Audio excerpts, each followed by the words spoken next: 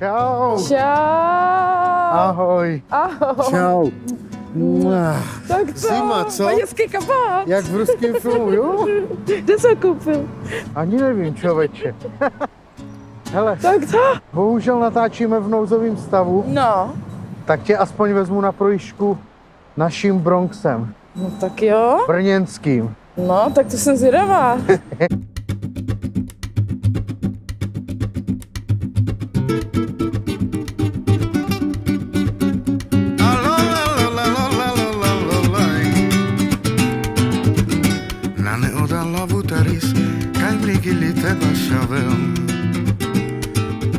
Shavel amro pirano mojov lačo lavutaris Uba shavel amro pirano mojov lačo lavutaris La la la la la la la la la la la la la.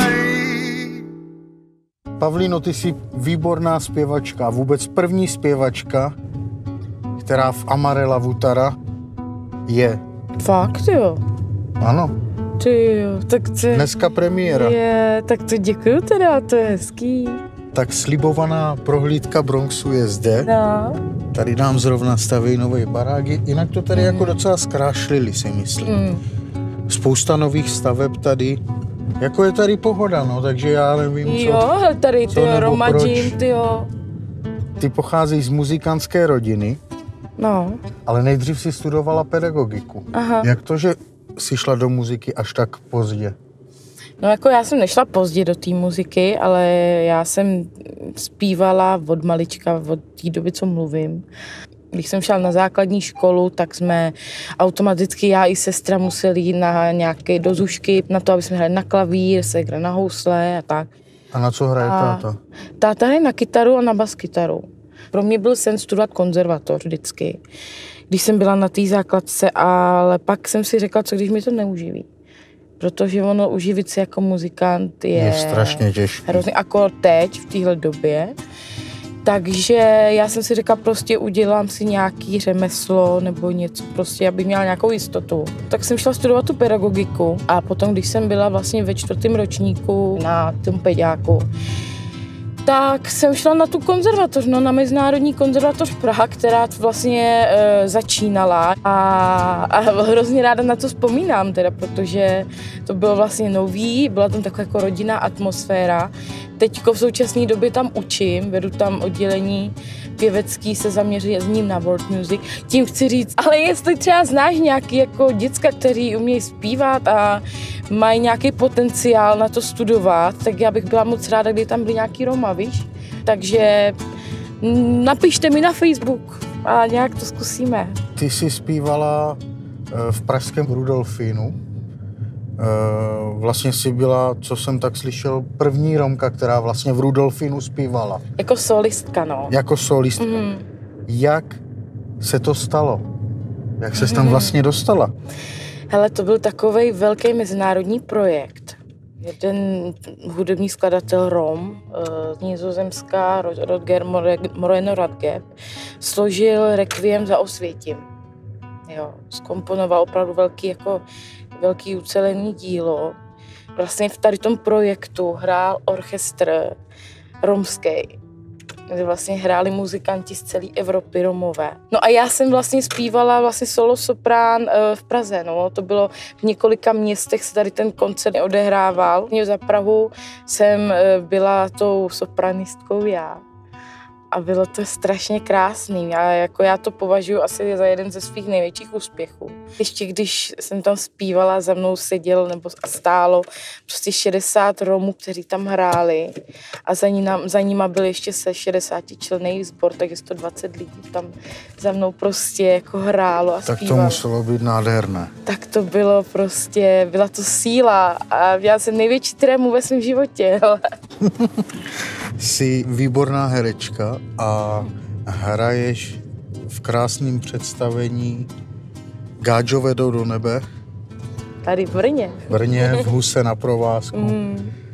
Co tady to, jak ses k tomu vlastně dostala tady k té Huse a k herectví vůbec jako? Na té Mezinárodní konzervatoři jsem i studovala 2 roky to herectví. Hrála jsem v divadle na Vinohradech, To byl můj vlastně první muzikál, jak udělat kariéru snadno a rychle. No a do té Husy vlastně jsem se dostala tak, že já tam hraju ještě s Davidem Tischerem, máme totiž divadelní skupinu Ara Art. My jsme hráli naše autorské představení a zase jsme spali Pindrál. No a tam nás viděl dramaturg z Husy na provázku. No a asi za měsíc nás oslovil, jestli bychom nechtěli udělat nějakou spolupráci. No a takhle vzniklo vlastně to představení Gáčové jdou do nebe. Miluju to představení, miluju to divadlo. Určitě jako zvu lidi, Roma, choďte do divadla, protože je to fakt krásný, je to super.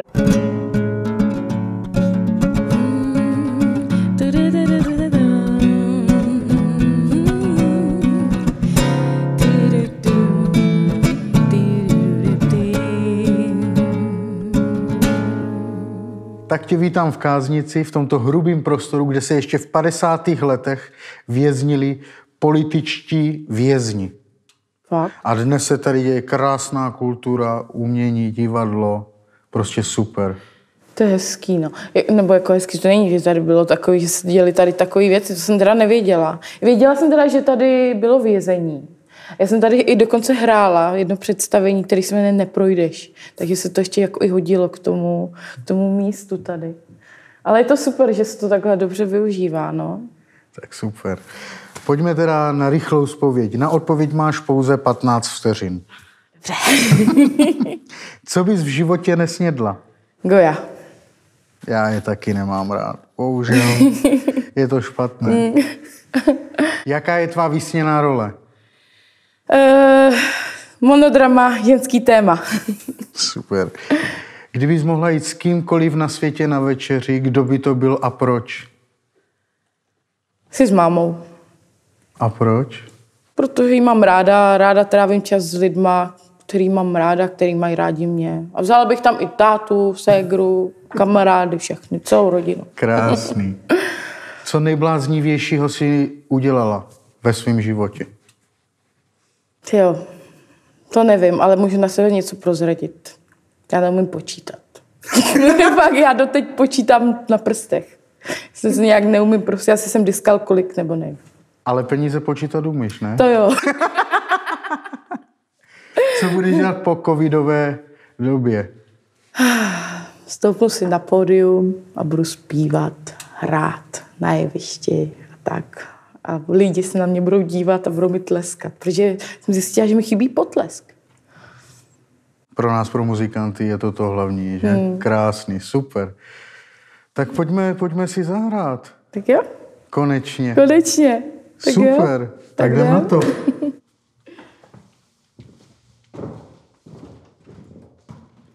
Tak my vám zahrajeme píseň Dado Romero. Je to autorská píseň Pavlíny Matyjové. O čem je? Řekneš nám?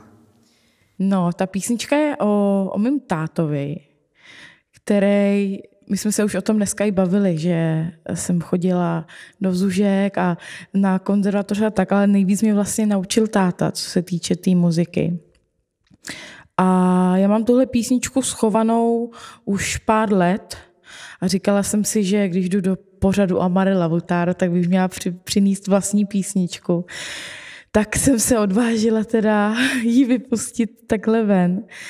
A text na tuhle písničku mi upravil Roman Horváth Zorba, za což mu děkuju, protože teď je ta písnička ještě hezčí a teď, když to se mnou budeš zpívat, tak to bude ještě úplně nejvíc hezčí. No, to je jedno. Tak jdem na to. Mm-hmm.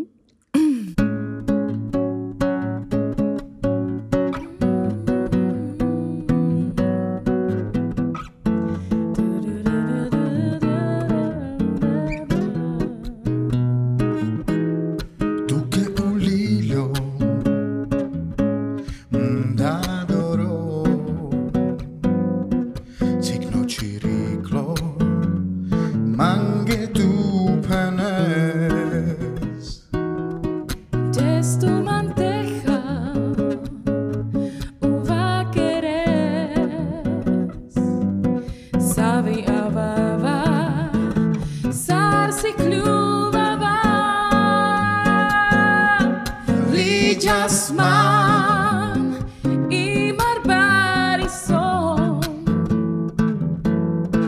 Destu man godzi u penes pastu son.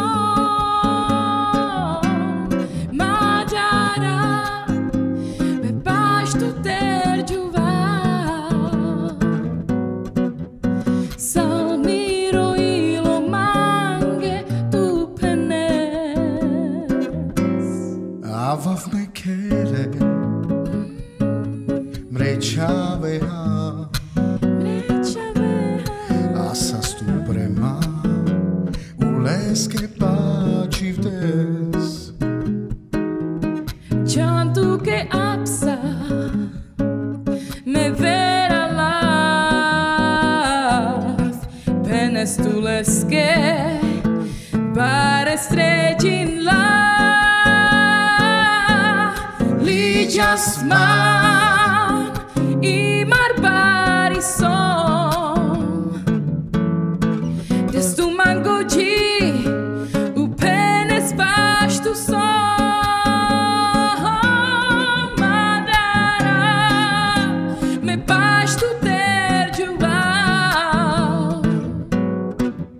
Salmiro ilo mange tu penes.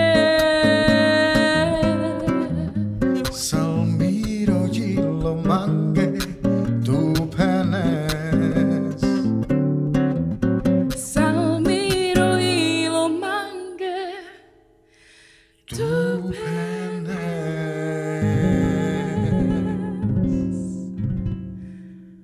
Miro d'adoro.